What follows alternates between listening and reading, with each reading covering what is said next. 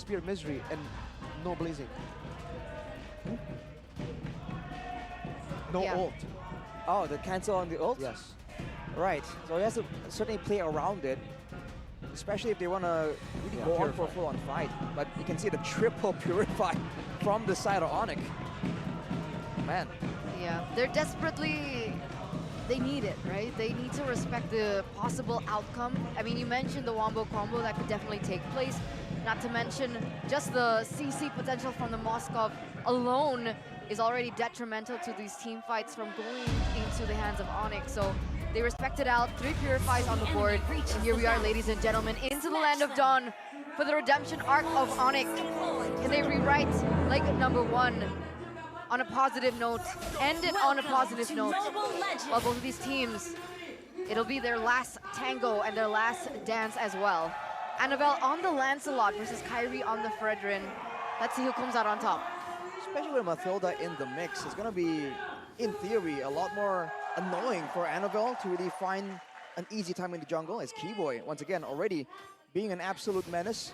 With 3 Purifies, though, they're trying to neutralize the engage potential, and especially with the Mathilda, once again, being a big factor here, that means that both all these members from ONIC are maneuverable with the guiding wind, but also having the extra bit of survivability and safety with the Purify as well. So it all comes down to how they roam about, and I think Kyrie, knowing that he's in a favorable jungle matchup when it comes to the early game, will be trying to be a lot more aggressive. So look at the emblems here by GamesMax. Tenacities for Suns and CW. They know they're going to be taking a lot of tension from the side of EVOS later on. For Brands, though, with the Master Assassin, he's trying to get as much value, as much aggression as possible in that gold lane to try and shut down CW, possibly making him a non-factor. Wow. Is this an active Barat? This is just full movement speed for Fluffy. I guess he wants to get to places fast. They want to just use this mobility to try to go up against ONIC. I think trying to match that mobility from the Mathilda, but this lane, Brand's doing a good job now. ONIC will need to send over Keyboy. Earlier on, we saw that the Yve plus Keyboy actually cleared slower. Or was that just the first wave? Or is that what we're going to be expecting in the next few minutes of this early game? Well, the Valentina actually has very good wave here, so with a bit of assistance, she'll do pretty fine against the Yve, because Yve takes a bit longer. But the thing is, with Sans being on the Yve, he's going to be able to actually poke and be a lot more aggressive towards the hero instead of towards the lane. Now with level 4 already secured for ONIC, for everyone but Keyboy, they're going to make a play for it. Bloodpig in the front now with a sacrificial play, trying to bait out a lot of these resources as Kyrie goes in and gets the Appraiser's Wrap down. That's the turtle taken away, but the death is welcome onto Ludpi will mean that Ludpi will be claimed as first blood by the White Tigers. A 1-for-1 trade, a kill for that neutral objective take.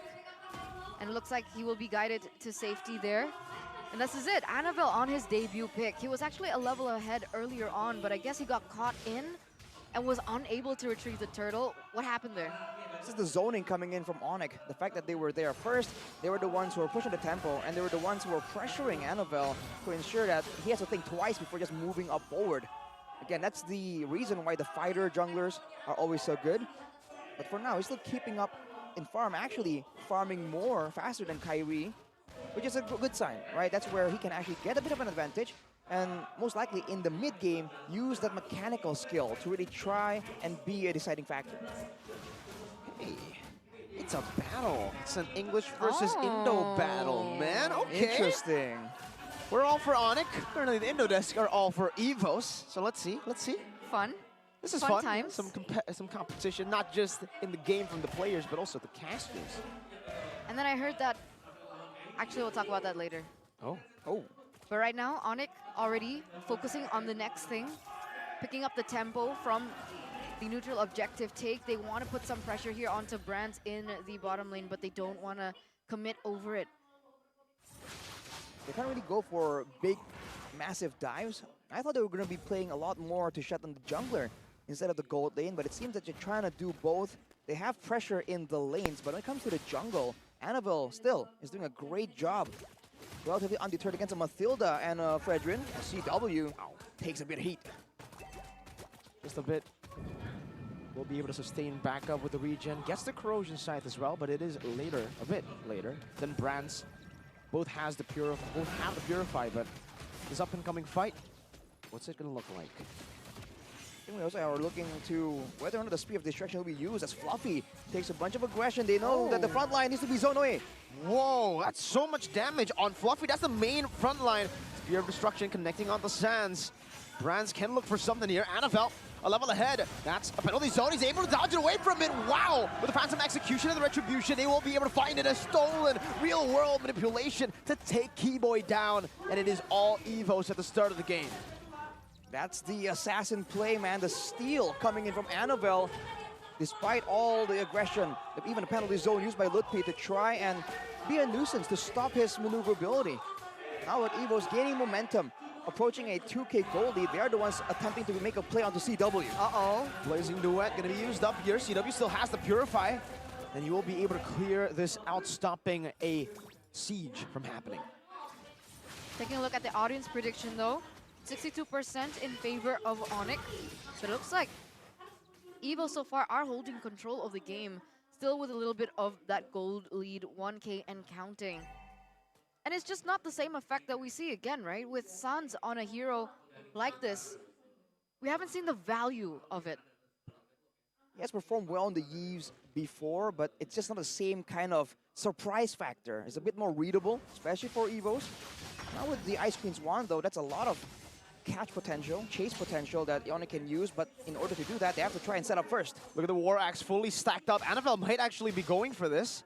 Still fully stacked up earlier. Keyboy with the Circling Eagle up top. Lutpi in the bottom lane might be dove on, but he is able to pounce just out of there. Spear of Misery to disengage and help Dreams out.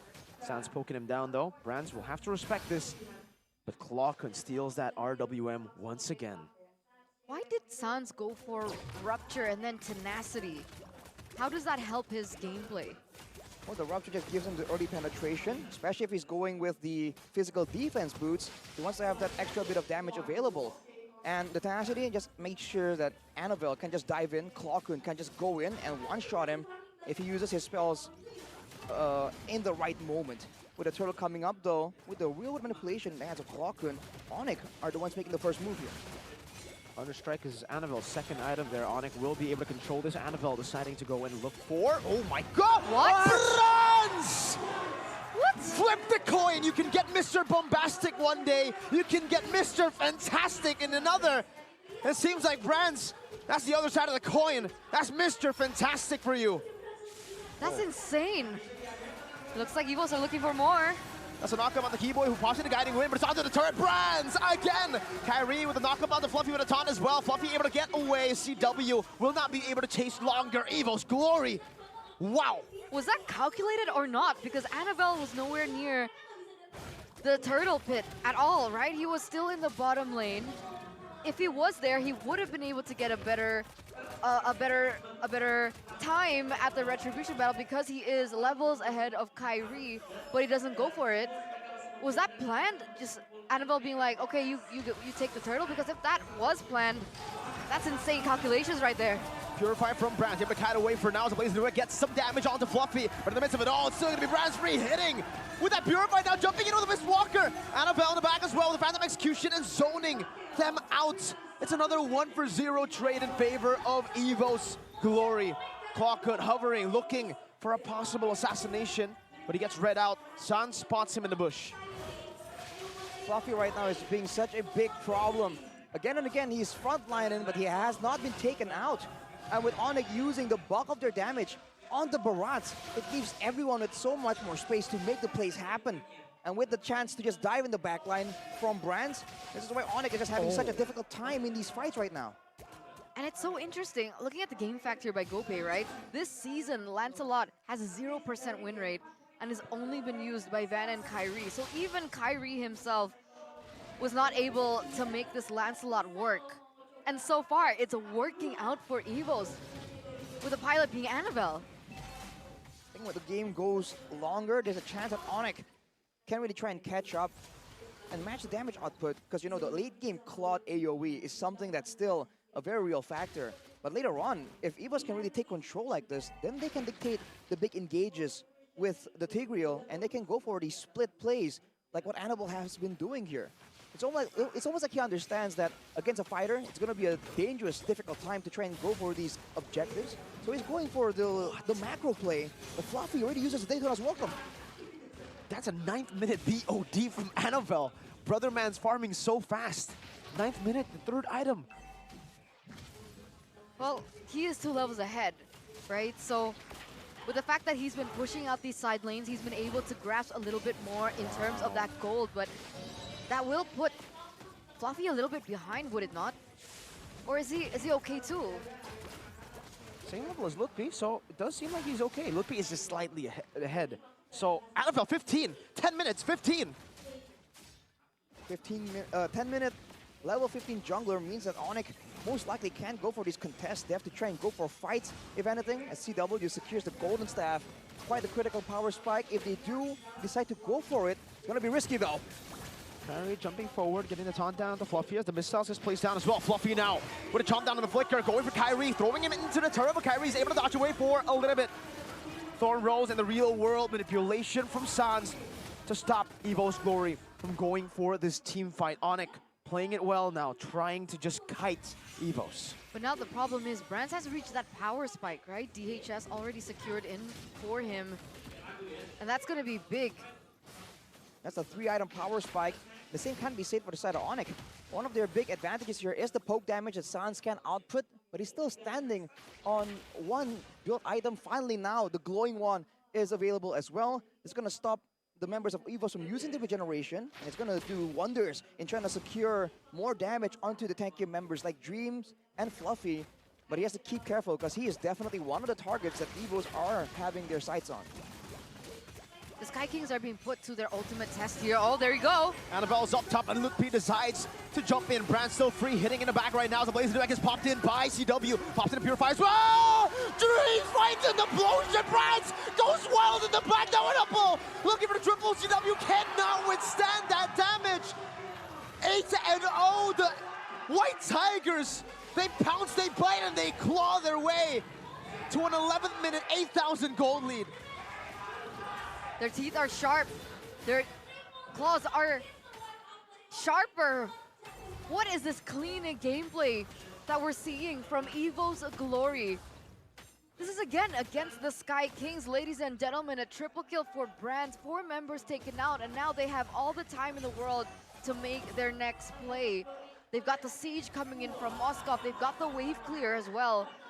The Lord is marching in the bottom side. Brands picks up a Malefic Roar now. This couldn't get any worse. This is a 10k gold gap between EVOS and ONIC, and it's not reversed.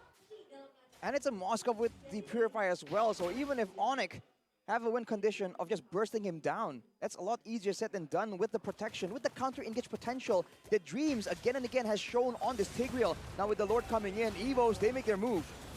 Good clear with the RWM. That's a little bit of an advantage for ONIC in the base, but look at how EVOS are able to just utilize the other side of the map. Annabelle making quick work of that turret. First Lord, and they get a base turret. Big win for EVOS Glory, and they are actually knocking on this base once more. The splash already faded out from these turrets. Another death to this welcome, Fluffy. Oh my goodness, Brands almost just tore Lutpi's HP bar down. Kyrie with a 2-man taunt right now. The Blaze Duet gets placed down onto Clock with CW. Look at Stun there. Oh! Almost taken down. Luckily has the Purify to jump back to his battle mirror image. ONIC barely holding on. Last minute. He knows the calculations. CW also goes for the Malefic Roar that Annabelle secured earlier on before that siege in the bottom lane. But this is it. Annabelle full damage, right? That's his build. Yep. His finishes just earlier, after taking away the top side base turret, that's where Annabelle officially hit his full item power spike. That's a great sign for EVOS, but that also means that from now, any extra gold advantage will start to matter less and less. ONIC are defending great. You're trying to go into the late game, but the fact that Fluffy is just able to randomly use the Daytona's Welcome and not get punished for it just shows that for EVOS, having that wall of an AXP laner, he's just doing a lot better than Lutfi here that has to do multiple jobs at once. But look at Dreams. Already purified as a penalty zone to stop Dreams from looking for the engage. Dreams buys the immortality. Keyboy backs up Dreams! Again with the implosion. Annabelle into the back. Assassinate Suns! What in the world? 2 members down. CW is still up. He shouldn't be able to clear it unless Fluffy. Again, the zoning, the detonators welcome the flicker as well. Onto the bottom lane from the top side now. Kyrie, the man we know for his assassins, will be torn down. Annabelle on the lance, EVOS Glory on the hunt. What a performance, a debut pick for the Lancelot, for Annabelle. And he just shows off. It wasn't the best performance by Brands yesterday, but today, again, right? He has like this dual personality, and unfortunately for ONIC, if they're looking for that redemption arc, they need to pray that they get the other side of the coin. What a spectacular game by EVOS Glory, a convincing win in this first game of the series. It's been a while since you saw ONIC just completely outmatched. 11-0. 11-0. EVOS just with the game plan. It's like they have a read on how ONIC likes to play it around. And everything, Sansa's craziness, Kyrie's consistency, CW's aggression, everything was stifled all the way from the beginning, and it just seems like ONIC are trying their best at a hopeless situation. It was so clean. I even saw you make a face when EVOS picked up the Tigreal last pick. I would have agreed. I would have thought that maybe something like the Kaja would have worked better, being able to have a little bit more pressure on the Yve as well. The anti-CC. Exactly. But it didn't matter. Yve was an absolute non-factor in this entire game, that they didn't even need it. All they need was just really good initiation. They were able to get 3 members. Can you imagine?